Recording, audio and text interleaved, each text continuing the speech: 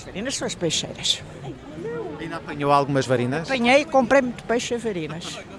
E como é que elas eram? Dizem que elas eram... distinguiam-se do resto da população. Sim, andavam vestidas de maneira diferente, porque tinham que trazer o seu avental, não é? Onde traziam o dinheiro guardado. Tinham o peixe à cabeça, não é? Nas canastas, não é? Eram metediças, metiam-se com as freguesas. Não, eu acho que não. Só se as freguesas se metiam com elas. Ou se eram incorretas para com elas, não é? Pregoavam, chamavam as freguesas, isso tudo. O meu carapau é melhor do que aquela dali do lado e tal, mas... Aí apregoavam, havia pregões. Pregoavam nas ruas da cidade e mesmo nos mercados, não é? Também apregoavam. Pois ouviam-se muitos pregões pela cidade. Comprei muito peixe a varinas, que iam à porta da minha casa a vender. Eu moro numa casa que tem traseiras e frente, mas como temos duas portas, uma para a frente e uma para as traseiras, vinham muitos vendedores ambulantes pelas traseiras à escada a vender coisas, variadíssimas coisas. Nem lhes passa pela cabeça.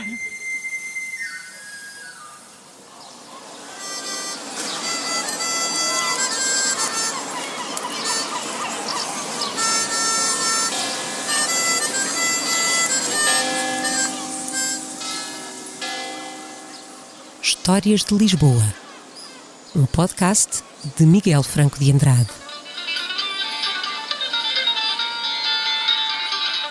Quentes e boas, quentes, tão quentinhas.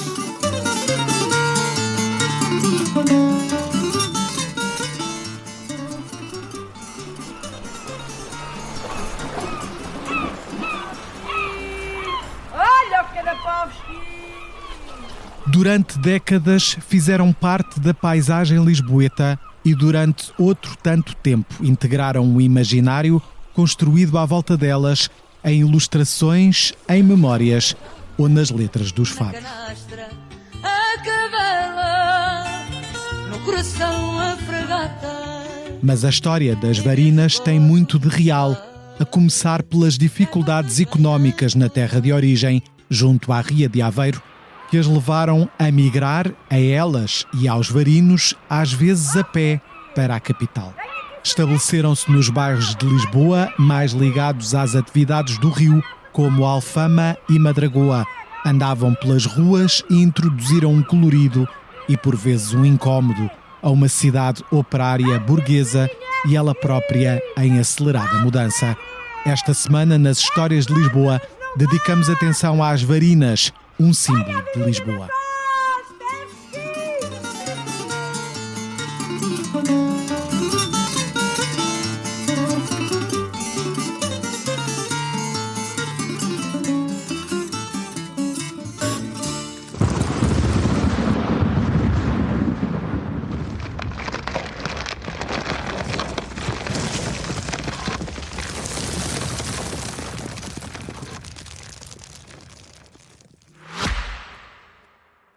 sicnoticias.pt.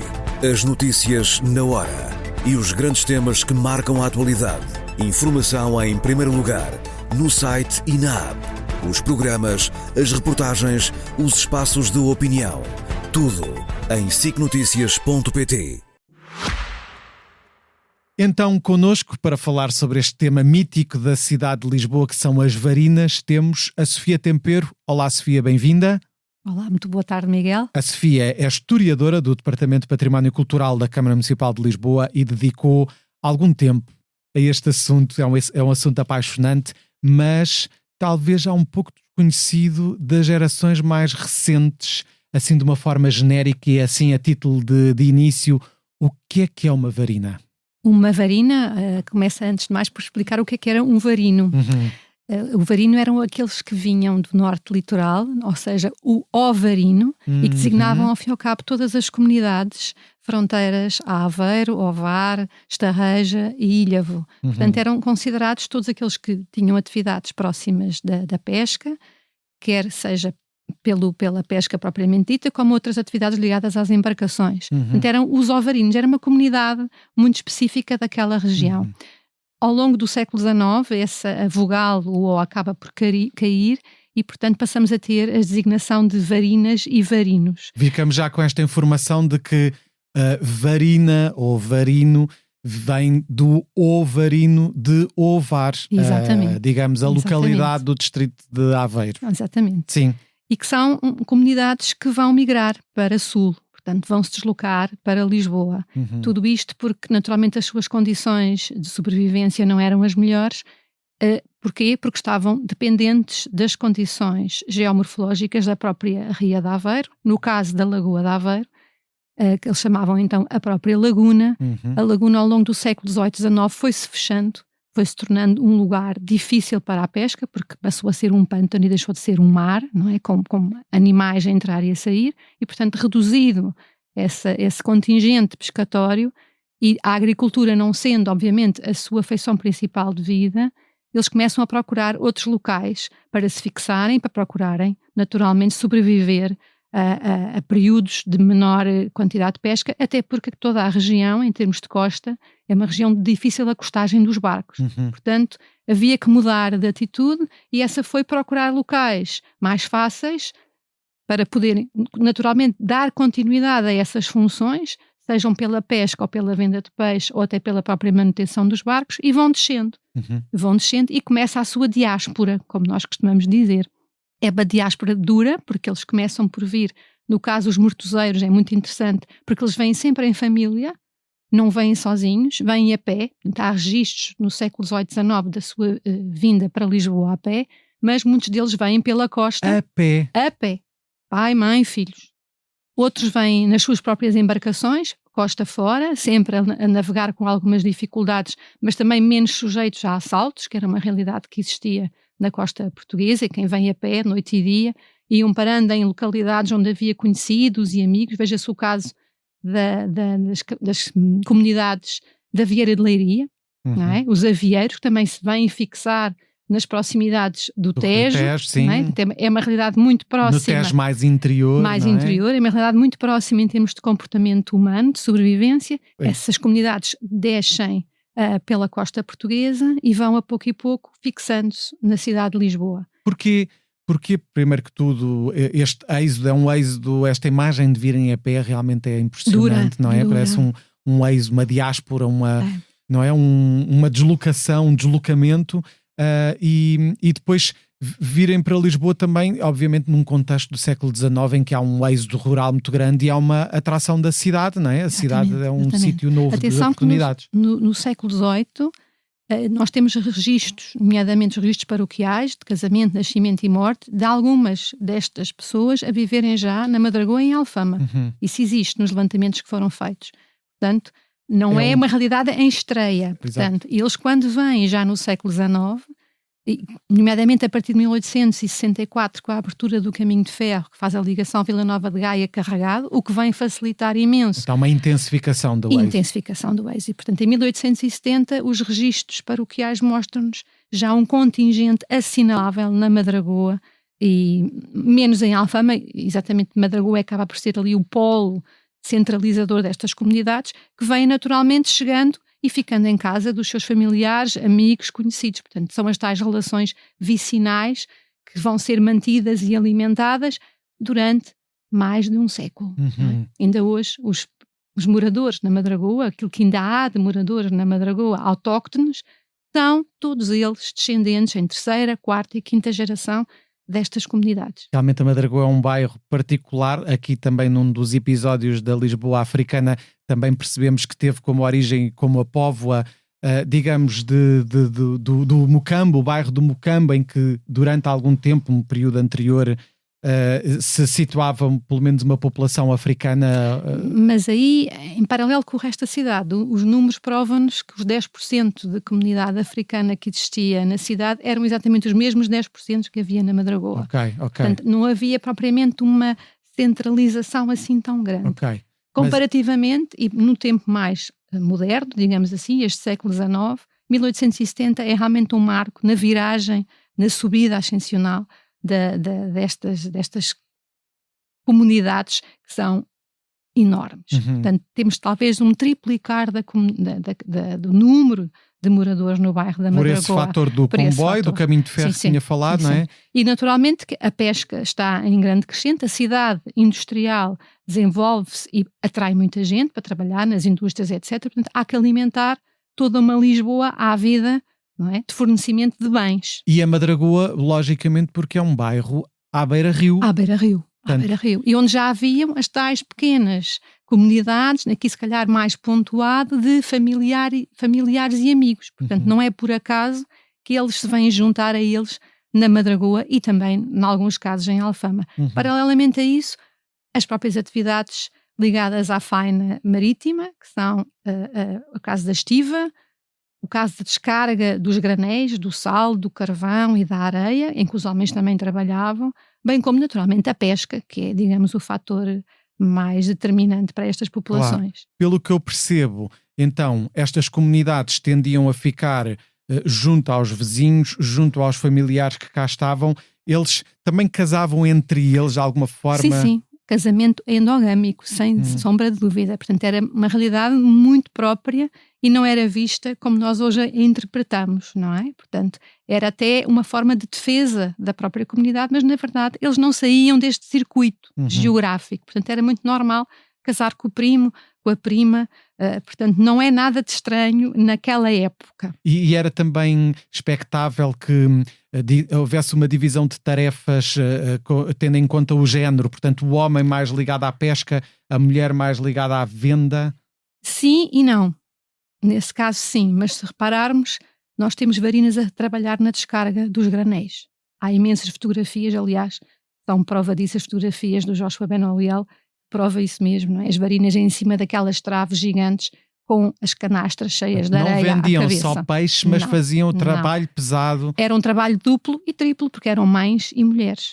Não é? E que andavam com os filhos sempre atrás. É um elemento interessante e que nós vemos muito isso nas fotografias, é que as crianças acompanham estas mães. Por isso, com 7, 8 anos, já estão a vender peixes sozinhas. Já ganham essa autonomia, porque já aprendem não é? Toda aquela lógica de funcionamento, de como vender, como chamar a atenção, como chegar até às pessoas a gritar, não é? Há toda uma estrutura de comportamento que se herda, não é? As próprias expressões que elas usam são expressões também vindas da região de Ovar.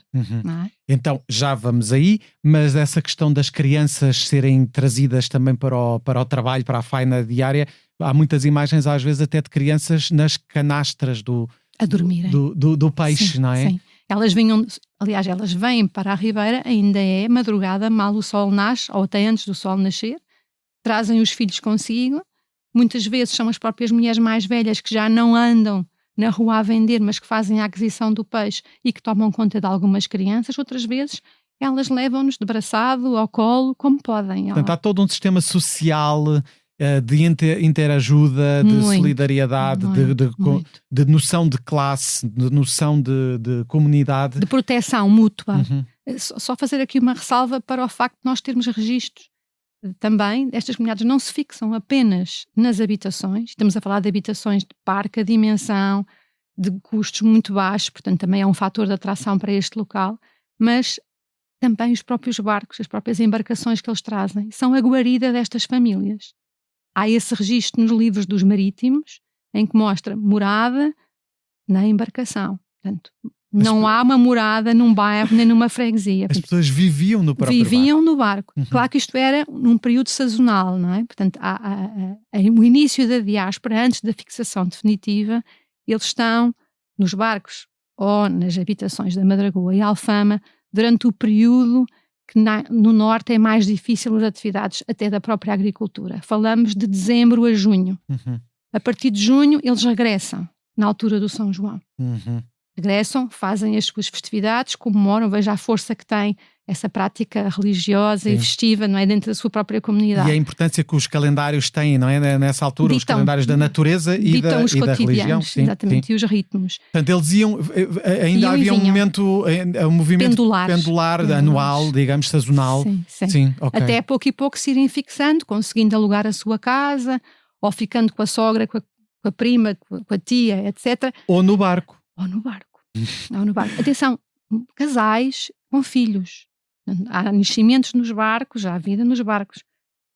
É todo um período invernoso, não é? Falamos de todo um inverno que apesar de Lisboa não ser uma cidade propriamente tropical, como agora, mas... Era menos rigoroso do que o inverno sim, do norte do país. Sim. Okay. E não eram embarcações com grandes condições. O espaço interior era muito pequeno, mas vale de embarcações que hoje diríamos que eram pequenas. Elas, nessa fase, não sei se sabe isso, mas haveria também tendência a localizarem-se nessa zona atualmente da Praia de Santos. Atualmente não, já não existe Praia de Santos, mas o que era nessa altura a Praia de Santos, nessa zona também Alfama, a Sofia tem referido a Alfama e Madragoa. Há pontualmente também registros de residentes destas comunidades em Alfama. Sim, não na mesma escala, mas também existe. E na Bica também, alguns exemplos, no caso da Bica. Bairros virados à beira-rio. Curioso, por exemplo, é Marvila, lá longe, não é? Marvila, que ainda hoje mantém uns laços muito especiais com a comunidade da Madragoa. Porquê? Por causa dos fragateiros. Muitos fragateiros instalaram-se em Marvila porque era próximo dos portos da costagem, o Poço do Borratém, o Poço do Bispo, do Poço do Bispo, sim. E outros pequenos cais que existiam e onde se fazia a descarga desses tais grandes contingentes de granéis. Fragata é um barco, não é um tipo de barco? Exato. Eram os homens que trabalhavam nas fragatas, os fragateiros, que tinham uma relação muito próxima com a comunidade, porque eles próprios também eram oriundos dessas regiões. Portanto, dá-se muitos casamentos também com estas comunidades. É curioso que hoje em dia, este é só um parênteses, nas marchas nota-se atualmente a grande competição que há entre bairros, e eles próprios dizem que a marcha com a qual não competem é com a marcha de Marvila. Há um respeito pelo passado comum. A Sofia refere-se à marcha da Madragoa, que é a que está mais associada às varinas. Eu tinha pensado falar nisso mais à frente, mas podemos já deixar aqui este teaser, este apetite, este início de conversa, que de facto há aqui depois uma relação depois com quando as varinas se tornam quase numa espécie de arquétipo típico de Lisboa, as marchas também se apropriam disso de alguma forma. Mas antes ainda falar de outro assunto que a Sofia já tinha enunciado aqui, que é quando elas chegam, têm uma maneira de falar, têm uma maneira de vestir. Há esta noção de que há uma comunidade que vem de fora e Lisboa reage a isso. Sem dúvida. Apesar de nós já termos, no século XVIII, existem imensos registros, por exemplo, de cabo-verdianas, mulheres que vendiam na rua peixe frito, peixe assado e bens, vários géneros alimentares. Há os galegos, há várias comunidades, sim. Mas não tinham a força, em termos de quantitativo, que esta comunidade tem. Não é? E ela vai, ao fim e ao cabo, ser uma presença fortíssima no dia-a-dia. Basta nós vermos as fotografias que existem no princípio do século XX, década de 20, 30, 40, não há quase uma fotografia da área histórica da cidade, na altura era grande parte da cidade, que não tenha uma varina na rua. Sim. É difícil de encontrar fotografias. Uma mulher com uma canastra à cabeça com as saias compridas, ainda nos anos 20, 30, ainda com a saia bastante comprida, quase a arrojar no chão, descalças, não é? Mas com uma atitude extremamente afirmativa e impositiva, se quisermos, contrariando, na altura, como era a presença feminina na cidade, guardada para o recato do lar, a tomar conta dos filhos, pontualmente em alguns trabalhos de costura, de comércio, etc. Mas a mulher era um ser preservado em casa. Estas mulheres não, elas são afirmativas, aguerridas, arrojadas, diria, e competem até com os homens, não é? Portanto, elas degladiam-se, acabam por também competir com os homens que eram os donos do espaço público, não é? Pululavam na cidade, os tais moços de fretes, os tais galegos, porventura. Os homens acabam por se ver de alguma forma até se calhar confrontados, não é? Há zaragatas entre elas, como havia zaragatas com os homens. Há gritaria entre elas, como havia gritaria entre os homens. Portanto, elas só não frequentam as tabernas como eles, não é? Mas elas impõem-se e são de alguma forma, ou passam a ser, as donas da cidade. Portanto, não é possível ficar indiferente a esta atitude, a esta presença, porque a quantidade delas realmente é significativa. Depois tem a sua própria imagem da mulher de saia comprida. De onde é que veio esse traje? Vem lá da região de Aveiro? Sim. Elas vestem exatamente aquilo que vestiam no norte. Portanto, naturalmente que os tecidos vão mudando um pouco, a cidade não é tão fria e, portanto, as fazendas dão lugar a tecidos mais leves e um bocadinho mais nobres, também em função daquilo que é o pecúlio que elas têm para poder adquirir.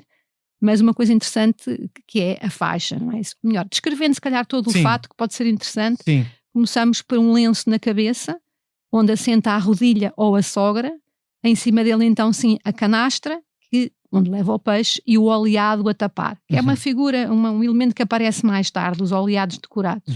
Essa rodilha, essa sogra, enfim, é um pano, de certa forma, aqui enrolado, que aguenta o peso na cabeça. Para não ferir a própria cabeça, para poder suportar e equilibrar melhor, porque a rodilha é um disco redondo, não é? É um pouco semelhante àquelas bases que nós temos para levar à mesa as refeições mais quentes.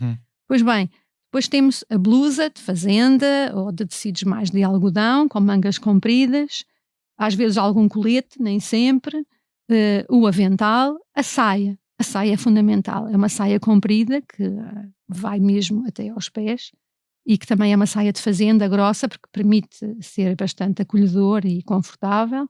E depois ainda uma faixa. E essa faixa vai ter um papel muito interessante ao longo das primeiras décadas. Essa faixa permite subir a saia, é como se fosse uma cinta que, conforme elas querem pôr a saia mais curta, amarram de maneira diferente e sobem a saia. Isto para quê? Permite-lhes andar na beira do rio sem molhar a saia. Saem da e beira também do o facto rio. de andarem descalças também contribui para isso, não é? Exatamente. Saem da beira do rio, descai a faixa. Portanto, levantam a saia mais facilmente para entrar no rio, o que também deve ter levantado alguns, digamos, reações, não é? Nessa sociedade conservadora e onde o papel da mulher era tão definido, não é? Exatamente. Sim. Claro que esta saia vai reduzindo a sua altura. Ao longo das décadas vamos vendo a saia cada vez mais curta. E, portanto, quando chegamos aos anos 40, 50, já não há saias compridas a não ser nas avós. Naquelas que ainda só estão paradas à porta das casas. Portanto, a saia, para ser mais fácil, passamos a ter uma saia mais curta, acompanhando de alguma forma as tendências da própria moda, não é? Urbana. E porque desaparece. Elas, entretanto, passam a ser também uma figura urbana, não é? Exatamente. E desaparece a faixa porque deixa de ter a sua função e fica apenas o avental. Mas continuam descalças. Pois. Há quem diga até que são uma espécie de figuras anfíbias, não é? Porque vivem entre o mar, a água e a terra. Exatamente. O que dá a toda esta figura um ar quase sereia, de figura marítima, não é? Porque ela, na verdade, passa mais tempo entre a terra e o mar do que dentro de casa, não é? E, portanto, mostrar os joelhos, não é? Tinham que se baixar, tinham que se levantar, era algo que criava estranheza e, igualmente, atração. Naturalmente, não podemos dizer que não. E aqui entramos então nessa fase mais em que as varinas começam a ser interpretadas por alguns artistas como figura da cidade e, mais do que isso, até apropriadas por uma certa ideia de Portugalidade e de cidade, não é? Como é que começa este fenómeno? A Sofia consegue identificar? Porque há realmente este fenómeno acontece, não é? A viragem acontece no Estado Novo, nomeadamente com a política do António Ferro. Sim. Naturalmente que é nessa altura que se dá esta viragem, ou seja, os românticos e naturalistas representavam ainda no século XIX a varina tal qual era, uma mulher de feições rudes, robusta, portanto, algo que era muito natural, ou seja, a figura na sua presença real. Com a nova política e a nova forma de interpretar o próprio Portugal e a Portugalidade, a varina começa a tornar-se uma figura estilizada, embelezada e despojada dos seus traços naturais. Portanto, ela passa a emagrecer, a ter umas feições muito finas e delicadas. As suas vestes também elas são coloridas e muito elegantes e aparecem nas capas das revistas, essencialmente. Aparecem tudo o que é folhetos turísticos a representar a cidade. E isto tudo acontece depois de 1934, quando Almada Negreiros faz a capa para o programa das festas da cidade de Lisboa e que representa, isto é um elemento curiosíssimo, representa a varina com a barca e os corvos na sua mão. Portanto, os símbolos de Lisboa, identificando-a plenamente com portanto, Lisboa. Ela enche a imagem com a sua figura e o pano de fundo é a bandeira da cidade. Portanto, aqui ela, naturalmente, ela que nem sequer é autóctone, ela não é de Lisboa, ela é uma importação e passa a ser a representação de uma cidade cujo nome, sendo feminino, a Varina quase que encarna esta raiz e essência de cidade. E curiosamente também das festas de Lisboa, que é também um fenómeno muito específico deste período, obedece aliás aos mesmos protagonistas, aos mesmos objetivos, realmente também de uma nova política de espírito, de uma nova visão sobre a cidade, até da competição entre os bairros, a própria noção de bairro típico.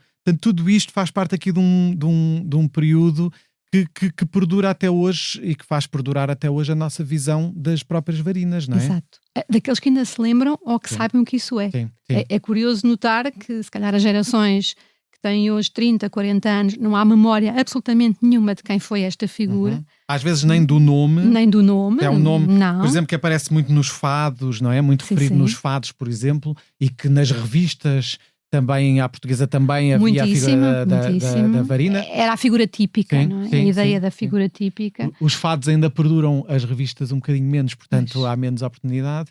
Mas a Sofia teve a oportunidade, nomeadamente, de conhecer, portanto, há aqui um fenómeno depois em que isto começa a desligar-se de tal forma da realidade e começa até a desaparecer de alguma forma. A Sofia conheceu algumas Varinas ainda vivas, as poucas que ainda viviam e vivem, e que demonstram que esta realidade estilizada do Almada Negreiros é muito diferente da realidade. Completamente. Mas mulheres... Isto é uma imagem concebida, não é? É uma concepção que se faz, digamos, daquilo que era a nossa nacionalidade e que foi folclorizada, não é? E, portanto, não há outra forma de dizer isto. A imagem foi altamente beneficiada, mas deixou de corresponder na totalidade àquilo que era a mesma do século XIX. Exatamente a mesma do século XIX. A Sofia já aludiu aí um pouco, mas era uma realidade dura de mulheres que estavam o dia todo na rua, de manhã à noite, ou de manhã até ao fim do dia, com conflitos com a polícia, com conflitos com a moral. E com os próprios comerciantes da cidade, não é? Portanto, elas, quando partiam para a venda de peixe na rua, davam, naturalmente, aso a muitas questões até de higiene e saúde pública, porque elas paravam na rua com as canastras postas no chão, elas amanhavam o peixe no chão, ficavam as guelas e tudo o resto no chão. As sujidades, as tripas. As tripas, exatamente. E, portanto, os comerciantes, estou-me a lembrar de muitas queixas que surgiam no bairro Alto e noutros bairros da cidade. Os próprios moradores deviam reclamar. A polícia, não é? A polícia vinha para as autuar.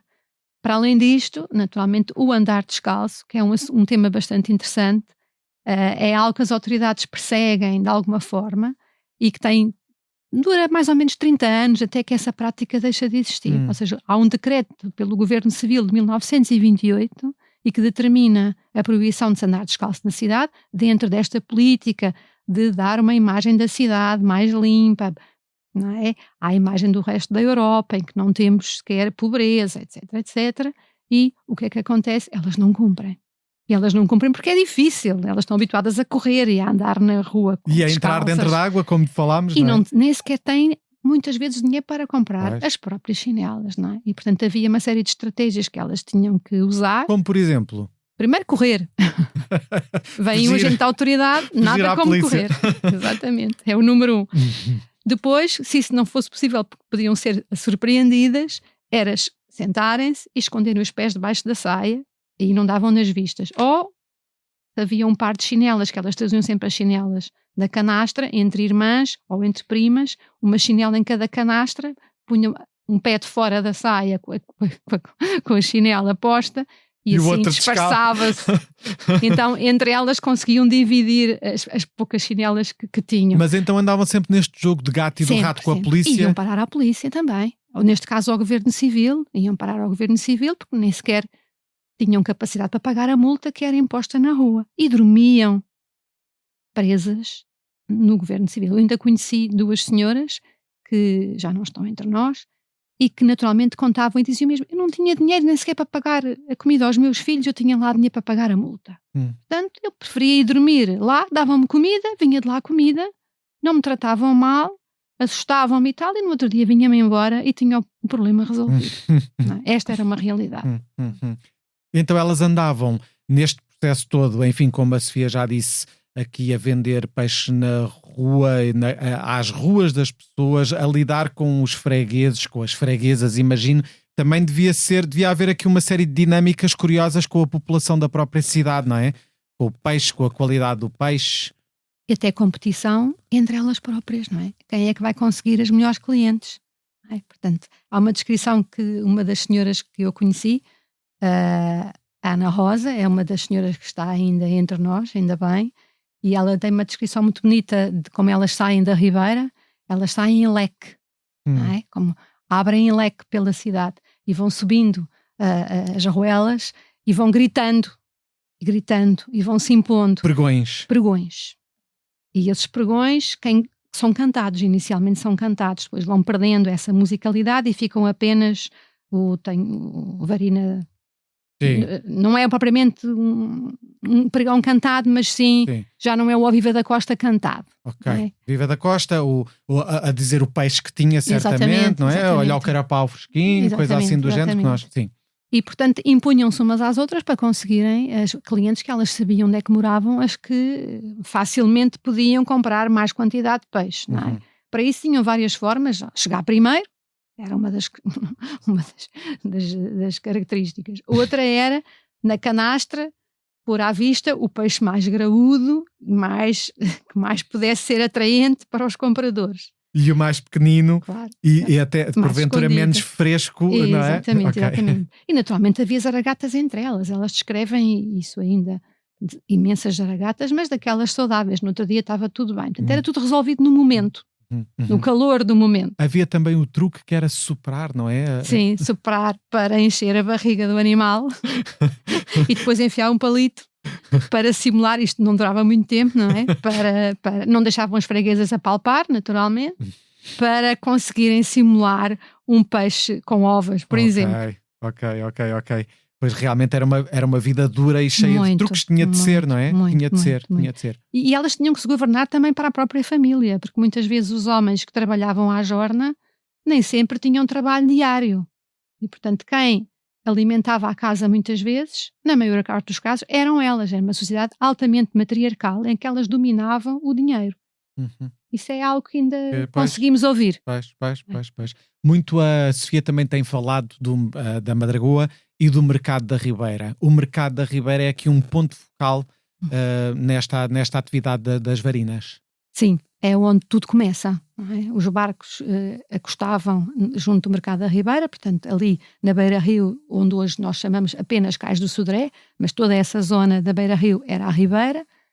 Os barcos acostavam para despejar o peixe que traziam. Elas tinham duas formas de adquirir o peixe. Ou compravam na lota, nos armazéns da própria Ribeira, e aí tinham que fazer, digamos que, cálculos sobre a quantidade de peixe que estava em cada teca. As tecas eram caixas de madeira que acondicionavam quantidades maiores de peixe e eram, digamos que, arrematadas por cada mulher. Ninguém comprava meia teca, era uma teca inteira. Elas estavam num varandim a ver de cima o peixe. Havia um homem que ia, o apregoeiro, não é? Que ia dizendo, não é pregoeiro, é o... Não lembro agora o nome. O intermediário, não é? Aquele que vai dizendo o valor de quase forma leiloeiro, uma coisa assim. Não me lembro agora do nome usado. Sim. E elas, quando o preço era aquilo que achavam que era o correto e que podiam dar, o que é que diziam? Chui. Para parar aquele preço. É meu. Não é? O chui é meu. Essa expressão chui, portanto, é uma expressão utilizada para elas só neste momento. Neste contexto, só neste contexto, portanto, da arrematação. E parava digamos, a parada, a contagem e ficava para elas aquela teca. Exatamente. Sim, okay. Nós temos gravações sonoras disto nos registros nacionais, sonoros. Não temos em imagens, mas temos em som. Mas temos fotografias delas na lota. E depois havia a forma que se tornou muito, muito vulgarizada e que não era legal, mas era, ao fim e ao cabo, funcionava e existia, mesmo nas barbas da polícia e do controle que havia no Mercado da Ribeira, que era a aquisição do peixe diretamente aos homens que vinham nos barcos, aos homens das embarcações. Eles traziam consigo a sua parte, portanto o pagamento também era em géneros, a que eles chamavam a caldeirada, portanto era uma parte, o seu quinhão, que logo ali, assim que acostava o barco, eles vendiam às varinas. Portanto, não havia qualquer controle. Sim. Nada. absolutamente Nem nada. controle sanitário, enfim, nessa altura era Nada, muito diferente, nada, muito nada. menos financeiro e Quando nós de vemos impostos. imagens da Ribeira, com elas, com os cestos, com as canastras, e mais tarde com baldes, etc., era essa a aquisição, não era a aquisição da lota. E logo, então, com a mudança, digamos, da venda do peixe que ocorreu no final do século XX, este fenómeno das varinas também ficou comprometido. Provavelmente já vinha com mudanças da segunda metade do século XX, não é? Sim, mas enfim, sim. mas Nos o anos fim... 70, 80 ditam o fim desta atividade. Okay. Porque temos uma grande mudança tecnológica, até na própria descarga do peixe. Temos o próprio fim da Ribeira, que é no último trimestre de 1980.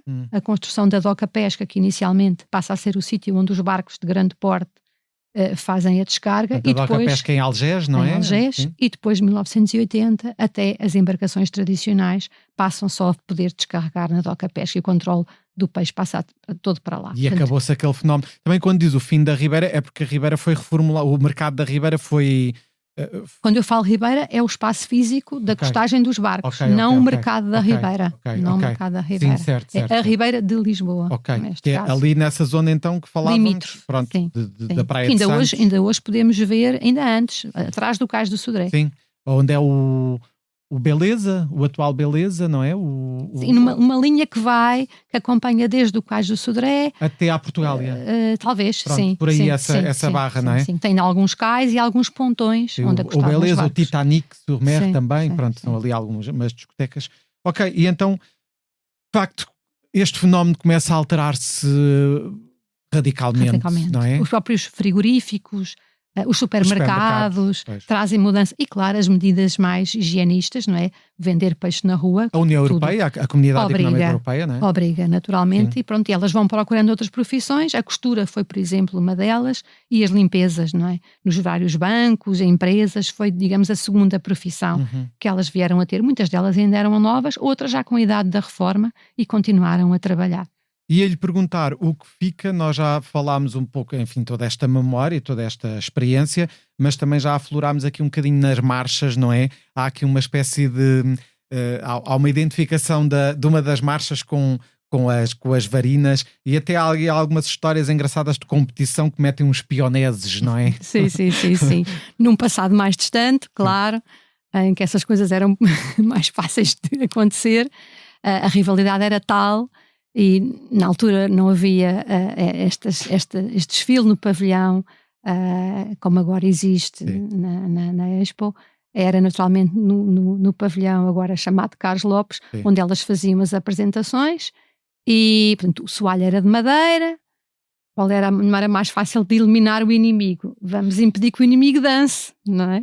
E portanto, o inimigo dançava descalço. Em homenagem às varinas. Exatamente. E, portanto, neste caso foi a Marcha da Bica, o alvo, porque a Bica também tem algumas relações de vizinhança, mas sempre um misto entre amor-ódio, não é? Aqui o ódio, entre aspas.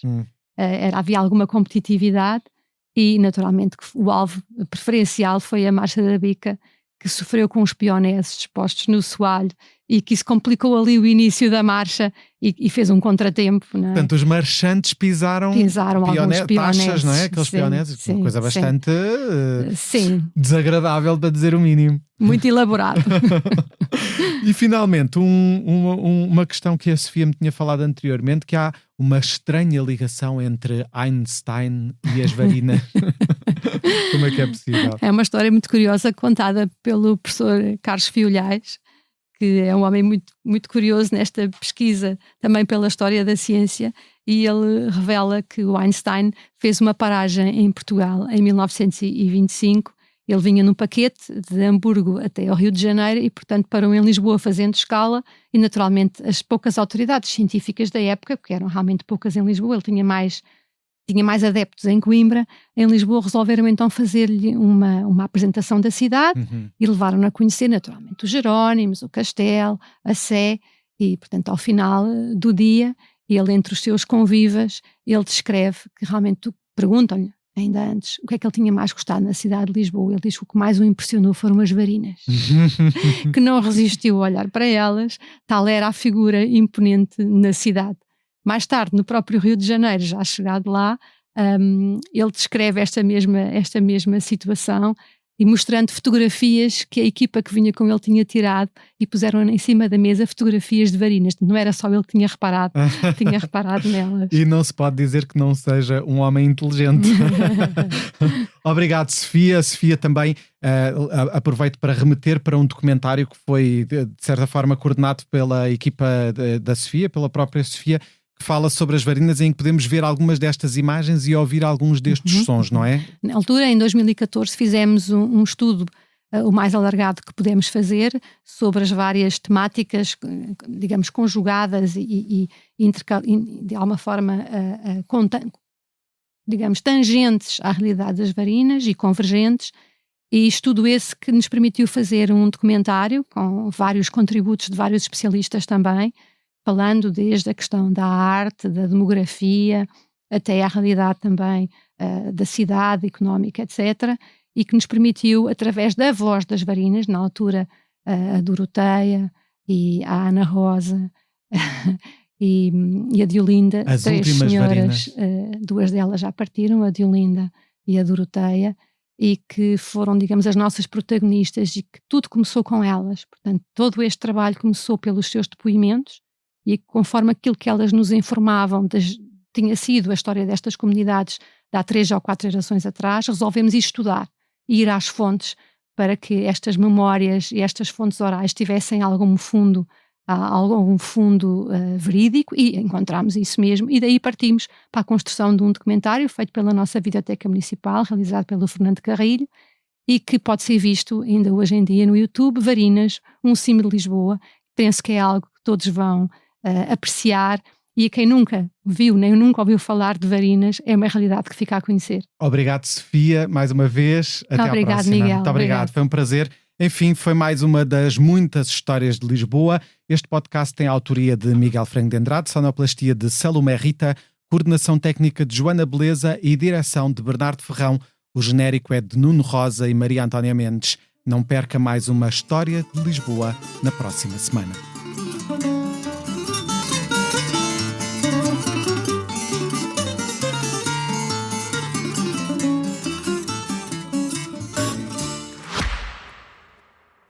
SICNoticias.pt. As notícias na hora e os grandes temas que marcam a atualidade. Informação em primeiro lugar, no site e na app. Os programas, as reportagens, os espaços de opinião. Tudo em SICNoticias.pt.